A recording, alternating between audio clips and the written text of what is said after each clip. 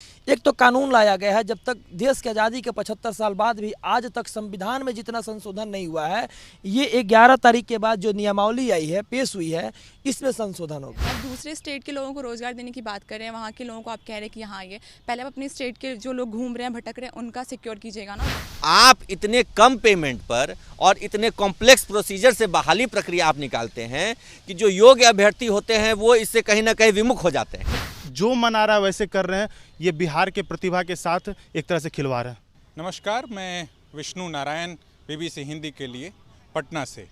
पटना में बीते रोज नीतीश कैबिनेट ने एक फ़ैसला लिया और वो फ़ैसला 1,70,000 शिक्षक अभ्यर्थियों का, जो कि बीपीएससी के माध्यम से होना है, उसमें इस तरीके की बात निकल कर के आ रही है कि अब शिक्षक बनने के लिए, बिहार के भीतर शिक्षक बनने के लिए बिहारी होना अनिवार्य नहीं है या वो अर्हता नहीं है।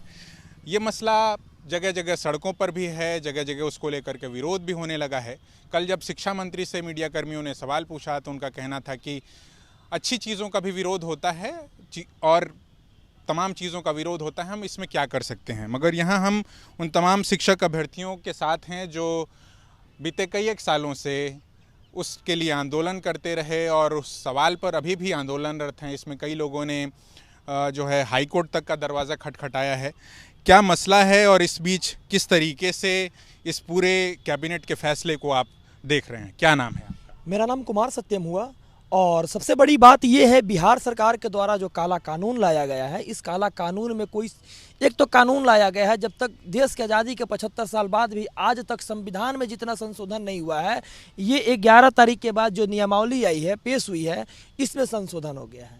हमको तो समझ में नहीं आ रहा है कि नीतीश कुमार, ये महागठबंधन की जो बैठक हुई थी, इस बैठक के फैसले में देश के अंदर जितने विरोधी दल के नेता थे, सब कोई बैठक किए।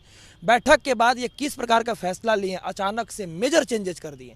जबकि जो कोई भी नियमावली निकलती है तो नियमावली निकलने के बाद एक सिस्टम होता है कि माइनर चेंजेस ठीक है, चलता है, लेकिन ये मेजर चेंजेस किया गया है। इसको पूर्ण रूप से चुनावी मुद्दा बनाना चाहते हैं। लोकसभा प्रधानमंत्री बनने के लिए ये दूसरे राज्य में जाकर और दूसरे राज्य के लोगों को कहेंगे, जब हम बिहार में आपको 2 लाख रोजगार देना चाहते हैं, जाइए ना जी, वहाँ रोजगार कीजिए। जिस दिन हम पीएम बन जाएंगे, भारत में आपको रोजगार देंगे।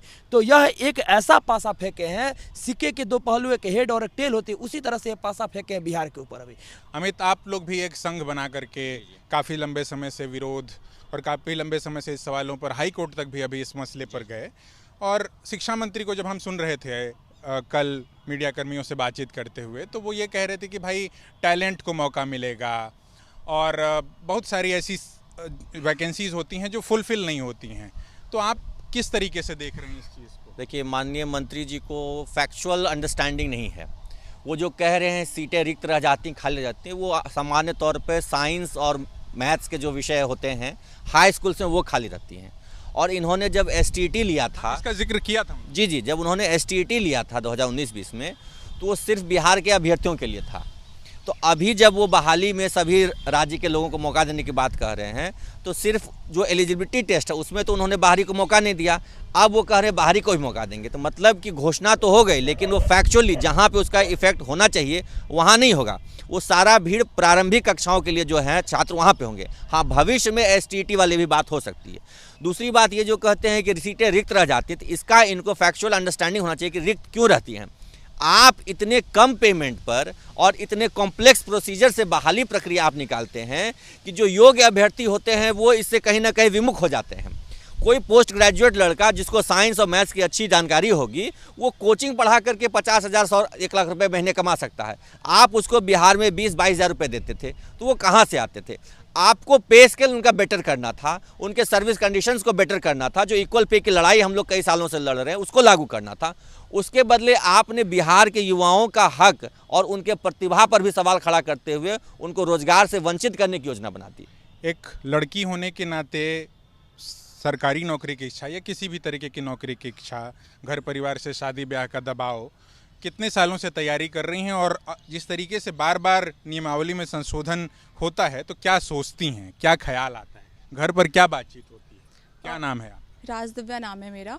और घर पे बातचीत मतलब ऐसे सबको था कि हाँ, इस बार अभी बहुत टाइम बाद वैकेंसी आया है, तो इस बार एग्ज़ाम देगी तो मे बी हो जाए रिज़ल्ट, जॉब लग जाए तो एक होता है कि चलो सही है, लेकिन उसके बाद अचानक से फिर अब ये बोला जा रहा है कि नहीं बाकी स्टेट के लोग भी देंगे। तो ऐसा होता है ना कि हमारे चांसेस कम होने के और चांस हो जा रहा है कि लाइक पहले से एक तो कम सीट हैं, ऐसे जितने स्टूडेंट्स हैं उतनी सीट्स भी अवेलेबल नहीं थे पहले से। उसके अलावा अब दूसरे जब स्टेट के लोग आएंगे तो हमारे तो कंपटीशन और टफ हो गया, फिर जितने चांसेस थे जॉब के वो और कम हो जाएंगे। तो ऐसे में एक ये डाउट भी आता है कि अभी इतने टाइम से हम लोग प्रिपरेशन कर रहे हैं तो आगे करें कि नहीं करें, या फिर छोड़ के कुछ और करें, तो ऐसे डाउट्स आते हैं। मगर क्या एक देश के भीतर, जब देश के तौर पर हम देखते हैं तो अलग अलग राज्यों के लोग भी, जैसे वो कह भी रहे हैं, जब शिक्षा मंत्री, आपने सुना भी होगा कि दूसरे राज्यों से वैसे लोग जो बेरोजगार हैं, तो बेरोजगारी का आलम तो बिहार और उत्तर प्रदेश में कोई बहुत अलग नहीं है। अगर हम देखते हैं तो वैसे लोग आते हैं तो अच्छा नहीं है।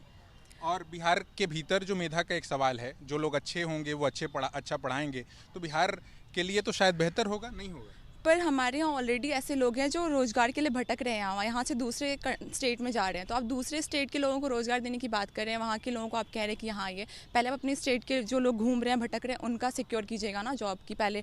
और ऐसा आप पहले बोलते ना मेरे को कि यहाँ आपके साथ और भी स्टेट के लोग आएंगे, कॉम्पिटिशन में पार्टिसिपेट करेंगे। पहले तो हम लोग को ये आइडिया नहीं था, तो अचानक से ये और हो गया ना। एक तो BPSC का अचानक से वो भी नियमावली में चेंजेस आए कि आपको BPSC देना है, तो उसके बाद फिर एक और ऐड करना। तो हम लोग प्रिपेयर नहीं थे ना इस चीज़ के लिए। तो एक तो एग्ज़ाम क्लियर करके वेट करो आप जॉब आने का, फिर आपको एक और एग्जाम देने बोला जाए, उसके बाद बोला जाए कि नहीं आपको और लोगों के साथ फाइट करना है, तो ये ज़्यादा डिफिकल्ट हो गया ना। जितने भी स्टूडेंट्स थे जो पढ़े लिखे थे वो 8-10 हज़ार में काम करने को बाहर मजबूर थे, ये तो हम लोगों ने देख ही रखा है। अब जो थोड़ा बहुत उम्मीद जगह था लोगों के मन में कि बिहार में भी रोज़गार मिलेगा और अच्छे तरीके से फेयर तरीके से होने वाला BPSC के थ्रू, तो उन लोगों ने मतलब सोचा कि एग्ज़ाम के थ्रू अब प्रिपेयर करके आगे भी पढ़ाई करके हर साल वैकेंसीज आएगी, प्रॉपरली हम लोग एग्ज़ाम देंगे। मगर अब इसमें जब मन आ रहा है नीतीश कुमार को, जैसे मन आ रहा है वैसे चेंज कर दे रहे हैं।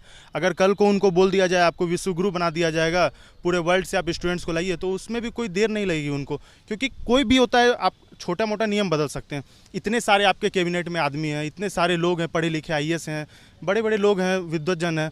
अब उनसे आप राय मशवरा करके हर 2 दिन पे जब मन आ रहा है नहीं ये नहीं ऐसे हो जाना चाहिए, वैसे हो जाना चाहिए, मतलब जो मन आ रहा है वैसे कर रहे हैं। ये बिहार के प्रतिभा के साथ एक तरह से खिलवाड़ है। आलोक, मुझे लगता है पिछले साल भी जब आप लोग आंदोलन कर रहे थे और BBC ने तब भी आप लोगों से बातचीत की थी, उस वक्त से अब तक एक सरकार फिर से बन गई, एक मुख्यमंत्री फिर से बन गए, आप लोग अभी भी आंदोलनरत हैं। क्या घर के लोग क्या कह रहे हैं? सरकार भी वही बनी, मुख्यमंत्री भी वही बने, लेकिन जो बदलना चाहिए हमारी स्थिति पिछले साल भी वही थी और 4 साल पहले भी वही थी और आज भी वही है। हम कल भी सड़कों पर थे, हम आज भी सड़कों पर हैं। और जहाँ तक घर वालों की बात है और समाज की बात है, तो हम घर से भी ताना सुन रहे हैं, समाज से भी ताना सुन रहे हैं। सामाजिक आर्थिक प्रकार से हम लोग दंगी का सामना कर रहे हैं और ये एक नया पॉलिसी ला दिया जाता है हम लोगों के सामने कि अब बिहार के बाहर के भी लोग इस परीक्षा में बैठेंगे, सम्मिलित होंगे। तो आप खुद सोचिए कि बिहार जैसे राज्य में जहाँ पर न कोई इंडस्ट्री है, न कोई IT सेक्टर है, जो भी रोज़गार की संभावनाएं हैं वो पब्लिक सेक्टर में है। और आप पब्लिक सेक्टर में देने की जो 1,70,000 जो बहाली है उसमें भी आप बंदरबाट कर रहे हैं, उसमें कह रहे हैं कि UP वाले भी आ जाओ, झारखंड वाले भी आ जाओ, तमाम राज्यों के लोगों को बुला रहे हैं। ये खेल के बीच में आप नियम बदल दिए। और ये जो बहाली है ग्रुप C लेवल की बहाली है। मैंने कल देखा शिक्षा मंत्री जी का बयान, वो बोल रहे हैं कि BPSC के माध्यम से लिया जा रहा है, इसलिए बहाली में और लोगों को शामिल किया जा रहा है, विभिन्न राज्यों को शामिल किया जा रहा है। लेकिन विभिन्न राज्यों में अधिकारियों की जो बहाली होती है उसमें ये नियम लगता है। आपको पता होना चाहिए कि देश में 14 राज्यों में स्थानीय नीति है और ग्रुप ग की जो बहाली होती है ग्रेड C की, उसमें राज्य जो चाहता है अपने अनुसार संशोधन कर सकता है। बहुत से राज्यों ने 100% नियम लगा रखा है। अब उत्तर प्रदेश में चले जाइए, बगल का राज्य है, वहाँ पर बिहारियों के लिए सिर्फ 4% या अदर राज्यों के लिए सिर्फ 4% रिजर्वेशन है। लेकिन आप तो कह रहे हैं पूरे अनरिजर्व सीट में आप आइए। ये तो सरासर बिहारी प्रतिभा के साथ और बिहार के हम बेरोजगार अभ्यर्थियों का गला घोटने का काम किया जा रहा है।